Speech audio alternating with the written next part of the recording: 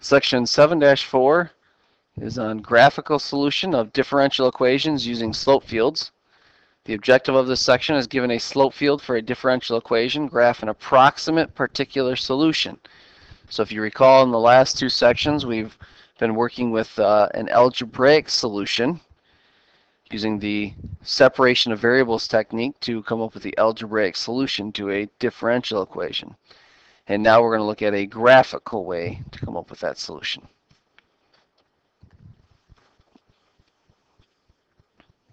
All right, so let's start out with a definition here of what a slope field is. It's a graph of the slopes of a general function by a differential equation, given by a differential equation. So it's a graph of slopes. So as the name indicates, it's a slope field. So it's a field of slopes, or a graph of slopes of a general function. And that's the key there, is it's a function that you end up with, okay? Given by a differential equation. So we're going to be looking at a graph that has a bunch of little slope marks indicated, and the solution that we're looking at has got to be a function. Okay, so when we go to do some sketching in a minute, you'll see that we have to end up with a function. All right, let's take a look at an example here to start off with. And this example, we're going to try to sketch the slope field of dy dx equals y. So I've got a window here set up from just 0 to 2 in both my x and y direction. And the larger your window, or I should say the more grid points you have in there, the more work you've got to go through. So that's why we've just got a couple here indicated.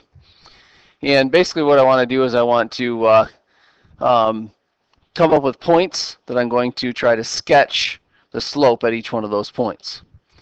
So we're going to use the grid points that we have here, 0, 1, and 2 in both the x and y direction, and you can see that'll give us a total of 9 points here to graph, 9 slopes. So let's start out with on the bottom left, I guess. Let's start out at 0, 0. Oops, 0, 0. And what I want to do is find out what the slope is at 0, 0. So the slope at 0, 0, if I take my differential equation is dy dx equals something, and dy dx is a derivative. That derivative tells me slope. So this equation tells me the slope. All I got to do is plug in an x and a y value, and it tells me the slope at that point. So we have the point x is 0, y is 0. Now our differential equation is just dy dx equals y. There is no x. So just replace the y with the 0. So we end up with dy dx is equal to 0. So at the point 0, 0 on our graph, at this point right here, we have a slope of 0. So I'm going to just use this ruler to help me get a straight line here, but you don't necessarily have to have a ruler, of course, to do this. But we're just going to sketch in then a slope of 0 right at that point. So I'm going to draw in a horizontal line there that has a slope of 0. And that horizontal line represents the slope of that solution to this differential equation at 0, 0. All right, let's move on to the next point here. Let's let's go over, actually along the x-axis, let's go to 1, 0. If we go to 1, 0, dy dx again is equal to y, and the y value at 1, 0 is 0 again. So at the point 1, 0, right here, we're going to sketch another slope of 0. So we'll sketch that in there, something like that. And there's our slope at that point. And continue on. Let's move to 2, 0. And we'll get dy dx is equal to, again, it's equal to the y value, and the y value there is 0. So again, I'll just mark my point here, and we'll slide this ruler up. Straight edge is sometimes helpful there for making sure that's a nice slope field that you end up with. So there's the first 3 points. We have a total of 9, like I said, so let's continue on. The next value here to move to, I guess we'll move up. So we'll be at 0, 1. So at 0, 1, dy dx again is equal to the y value, and the y value at 0, 1 is 1. So now what I want to do is I want to change the slope there at x equals 0, y equals 1. I want to draw a line that has a slope of 1. So I'm going to use my straight edge again to help me do that. And basically, if I just use the fact that slope of 1 means you have a rise of 1 or a run of 1, I'll just mark that point right there that it heads towards. So this ruler now is marking a slope of approximately 1. It might not be exactly, but it's close enough for what we want to do. And we'll just simply draw our slope of 1. There we go. All right, let's move on to the next point there at x equals 1, y equals 1. So again, dy dx is equal to just the y value. We get 1. So again, if we come back to our graph here and plot a slope of 1, we end up with a graph that looks, or a point that looks something like that. I should mark that point there. And finally, if we finish out this line there at 2, 1, dy dx is equal to 1 again. You'll notice that we keep plotting the same slope there as we move across this line, and that's because the slope is not dependent on the x value, it's just dependent on the y value. It's just equal to y. So there is our slope at that point. All right, and let's finish up. I'm not going to worry about calculating, I guess, all of these across here. Let's move to 0, 2. dy dx is equal to 2. It's just the y value. So we'll sketch a slope of 2. And again, I'm going to use my ruler to help me do that. If I just put my ruler, say, at the origin and then angle it so it heads up towards the point at 1, 2, that's got a slope of 2 now. So we can just graph our slope of 2. And as you can see here, that's the slope at 0, 2.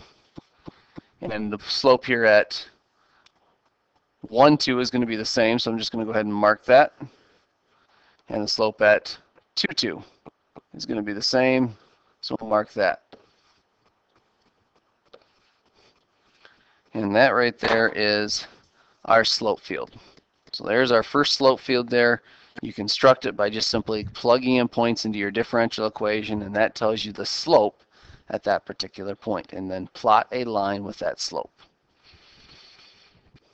All right, let's take a look at another example. You can see that there's a little bit more to this differential equation here, or at least there's more to the slope field of it. It's obviously got a lot more slopes indicated. That would indicate, quite a bit more calculations that you have to do to get each of these. But let's take a look at example 1. It says the figure there shows the slope field for the differential equation dy dx is equal to this.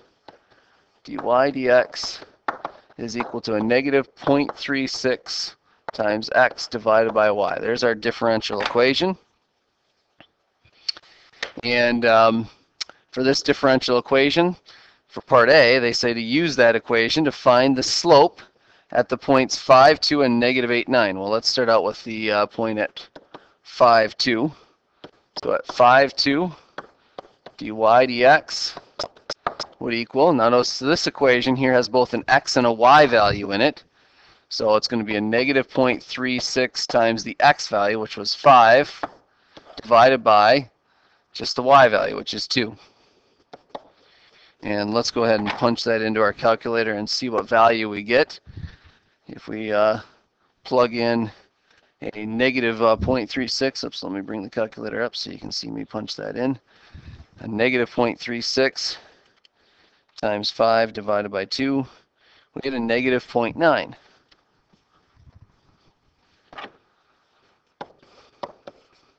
Okay, so if we take our ruler again, let me bring up a ruler here so we have something to kind of measure with. If we look at the point at 5, 2, let's first mark where that point is at. 1, 2, 3, 4, 5, and then up 2. That's going to be this point right here. And I can take my ruler then and kind of model that slope that I see there. According to our calculation, we should end up with a slope of about, well, it's about a negative 1. It's actually a negative 0.9 that we actually end up with, but I'm not sure if I can quite get to exactly the same slope, but we're pretty close right there. And you can look at that slope then and kind of try to determine whether or not it has a slope that you're expecting it to have. And if it has a slope of -1, oops, then I would expect that it, can't quite move it off that point there. I would expect that it kind of goes through the x-axis about 2 units below and over two units to the right, and that's kind of what we're seeing there. It's got a slope close to a -1. That looks like that's about the right value. Okay. Let's take a look at the other point they give us. The other point they give us is at -8, 9. So at -8, 9 dy dx is equal to a -0.36. Again, there's an x and a y value to plug in this one, so the x value is a -8 divided by y, which is 9. And let's go ahead and punch that into our calculator again and see what we end up with. So if we take a -0.36 times a -8 divided by 9, we get 0.32, which 0.32 is going to be close to a third. I guess is how we're going to approximate this. So 0.32 is this value. And let's find the point -8, 9, go back 8 and then up 9. So that's going to be this point right here. And so again, let's change the slope of our ruler here to be about 1/3. Needs to go down a little bit there. Yeah, that's pretty close. We can adjust it just slightly there. So slope close to 1/3, I would expect to see that over a run of 3 units that it goes up 1 unit. And actually it looks pretty close to that when I look at the points that it's going through there. It's going, of course, through the point -8, 9, but then if I move over 3 units to the right, it looks like it goes through that point that's 1 unit above. So that looks pretty close to 1/3, which is what we're expecting, 0.32. So those look like the right values. All right. Let me just slide this over out of our way. All right, let's take a look at part B. It says for part B, start at the point 0,6 and draw a graph that represents the particular solution of the differential equation that contains the point, and then go back both to the left and to the right. And what geometric figure does the graph seem to be? Okay. So we're going to start at the point 0,6, they say. So I'm going to go ahead and mark that point as our starting point. So that's this point right here, 0,6. And when we go to sketch this thing, it says to sketch at both the left and the right. So as I go to the right, that's the direction I'm going to start with here. What I want to look at is I want to look at what slope I'm currently have, which if you look at the slope at this point, it has a horizontal tangent line there. And then as I head to the right, I can see since it's horizontal, I'm going to be heading towards somewhere between this slope here at 1,6 and this slope here at 1,5. It's not going to stay horizontal the whole time because I can see at 1,6 there, for example, it's slightly decreasing. And at 1,5 it's even more. So as I head to the right, I'm not going to necessarily hit either one of those 2 points, but rather as I head in that direction, I want to make sure that my slope as I approach x equals 1 has somewhere in between these 2 slopes here. All right. Sometimes you might be heading down, sometimes you might be heading up. In this case, based on the slopes that I see here, I'm heading down based on the slope I see at 1. So I know those are the 2 I got to consider. So when I go to graph this thing then, as I sketch this off to the right, it's going to slowly start to decrease here. And then as I get to 1, I'm going to then look at what's happening as I get closer to 2. So as I approach 2, I'm looking at, again, these 2 slopes here, and I want to sketch a line that goes through them. That's kind of the average of those 2 as it comes through those. So as I go to the right, it's going to look something like this. Again, I'm just trying to make sure it has a slope somewhere between those ones that I see there in my slope field. I'm probably dropping a little bit faster than I should be there, but that's all right. And then as I head to the right, again, I'm going to be looking at this slope here and this slope here at x equals 3. And I want to make sure my slope as it comes through there has about the same slope there. All right, and I continue doing this. I can see that I'm going to stay in between these 2 now. The slope is getting definitely a little bit steeper now. Okay, and I'm going to just continue heading towards the right here as I do this. And as I do it, I'm watching what slopes that I'm going through here to make sure my curve has the same slopes that I see on my slope field. So it's looking like this, and now all of a sudden it's going to really start to drop. and it drops something about like this, it looks like. Okay, so that's to the right. Now I've stopped there, and the reason that I've stopped there, I could actually try to continue making this thing come around. But if I do that, notice that at this point at 10, notice that along the x-axis there, I should say between 9 and 10, that the slopes actually become vertical. Along the x-axis, they're vertical. So actually the graph would start to come back around in this direction. However, we know that this has got to be a function. And so because of the fact that this has got to be a function, this is not going to pass the vertical line test, so I'm going to get rid of that little piece there because that's not part of my graph, not part of my solution. However, from my starting point at 0, 6, I can go to the left. And again, I'm going to do the same thing as I go to the left. I'm going to pay attention to what these values are that are to the left of x equals 0. That's at x equals -1. Now, you'll notice that if you look to the left and the right of the y-axis, there's some symmetry here.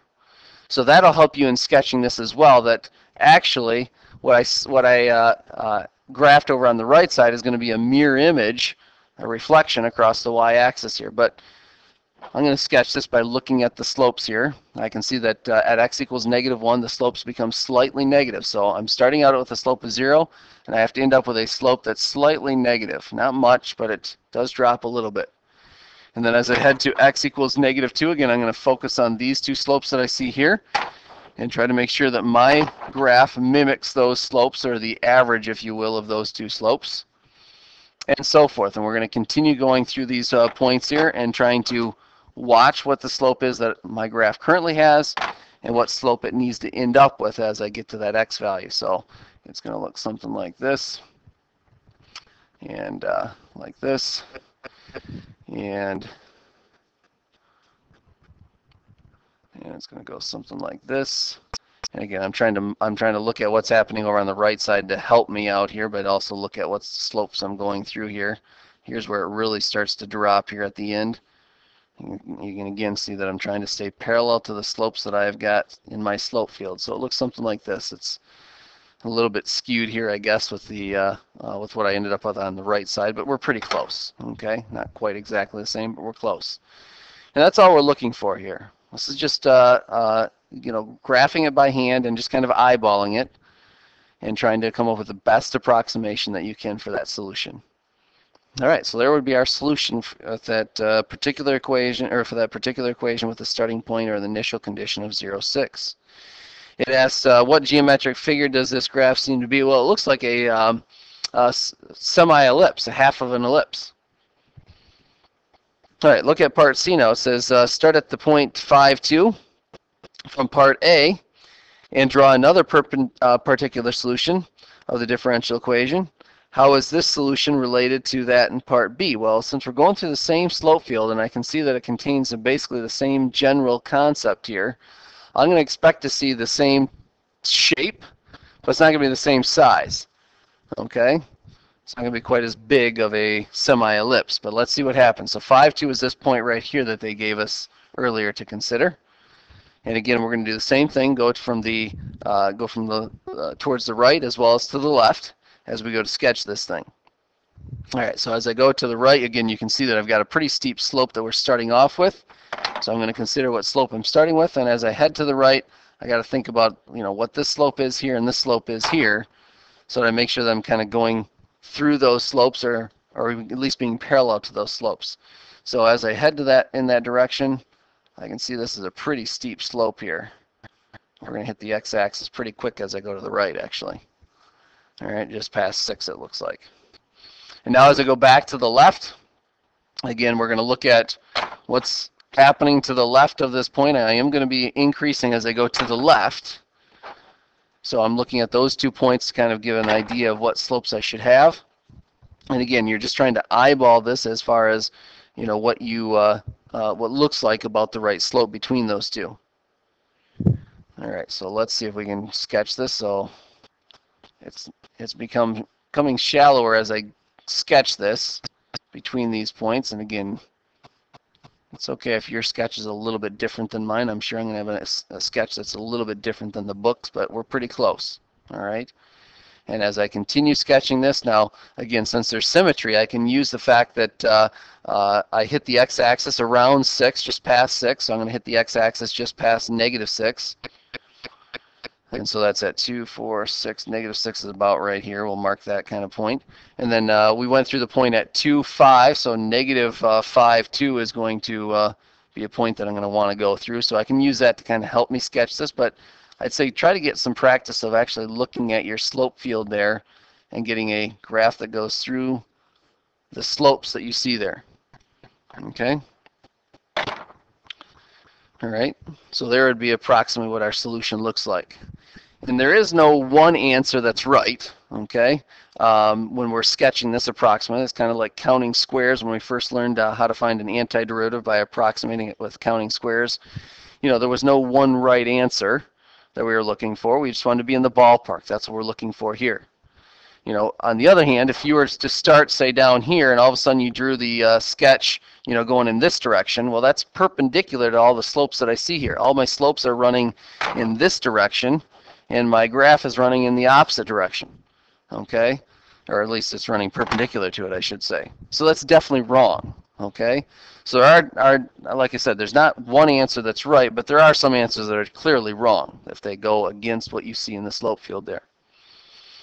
All right, now for a little bit of check here, I guess, to see if in fact this is a semi-ellipse or an ellipse like we are expecting from our graph. Look at part D. It says solve the differential equation algebraically and find the particular solution that contains the point 0.06. Verify that the graph really is the figure indicated there in part B. All right, so let's start out with our differential equation here. This goes back to what you did actually in sections 6.2 or 7.2 and 7.3, the previous two sections, of coming up with an algebraic solution to this. So we have dy dx is equal to a -0.36x divided by y. All right, now the only method that we know to solve a differential equation algebraically is separation of variables. So that tells me I need to take the dx, and that has to slide over to the right. Whatever's in the denominator has to slide to the right. And anything that's got a y in it over here on the right side has to move to the other side, so this is going to have to move over to this side. Okay? So I'm just indicating which direction things have to move, but that kind of gives us an idea of how we separate our variables. So I'll have to multiply by y, so it'll give me y times dy over on the left side. I've got to multiply by dx, so that's a -0.36 x times dx on the right side. And once you've separated your variables, you are all set to integrate this thing.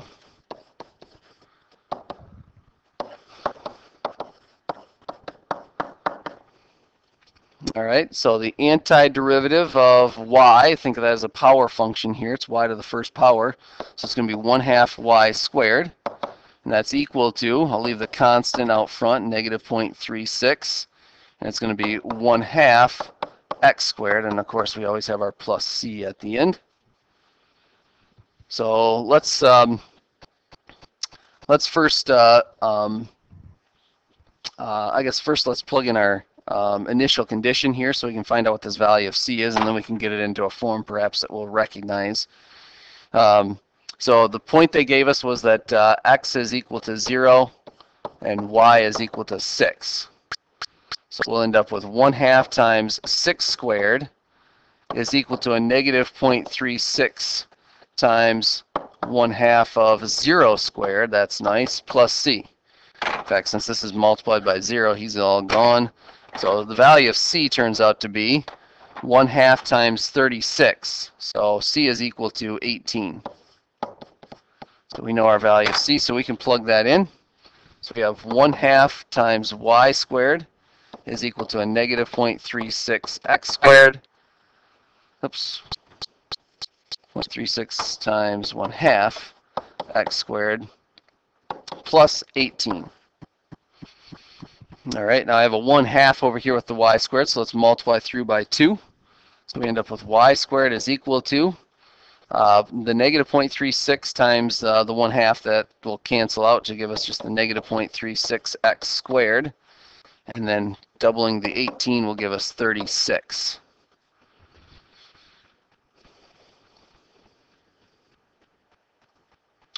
All right.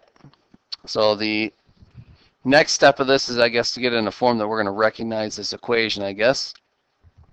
And so I'm going to move everything over to the left side here and write it as, I'll put the x squared actually out front here. I'll write it as 0.36x squared plus y squared is equal to, actually I'll put the minus 36 here as well, is equal to 0.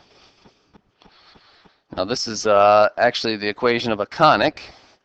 And if you recall with the equation of a conic, the fact that there's no xy term there, that this guy right here being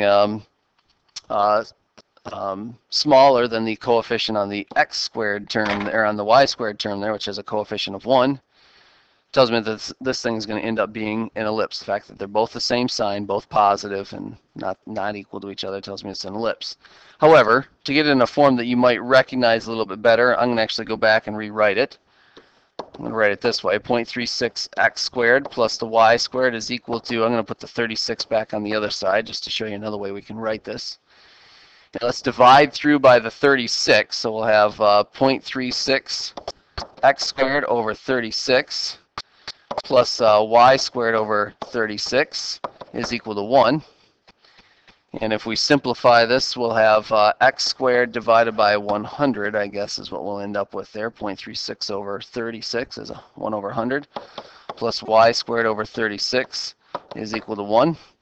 And if we write this in its factored form here as x over 10 squared plus y over 6 squared is equal to 1, that might help us recognize that's the equation of ellipse centered at the origin with an x radius of 10, that's this guy, and a y radius of 6, which tells me I should expect it to cross the x-axis at 10 and the y-axis at 6. Well, we already know that it crosses the y-axis at 6 because that's where we started if we go back to our original graph.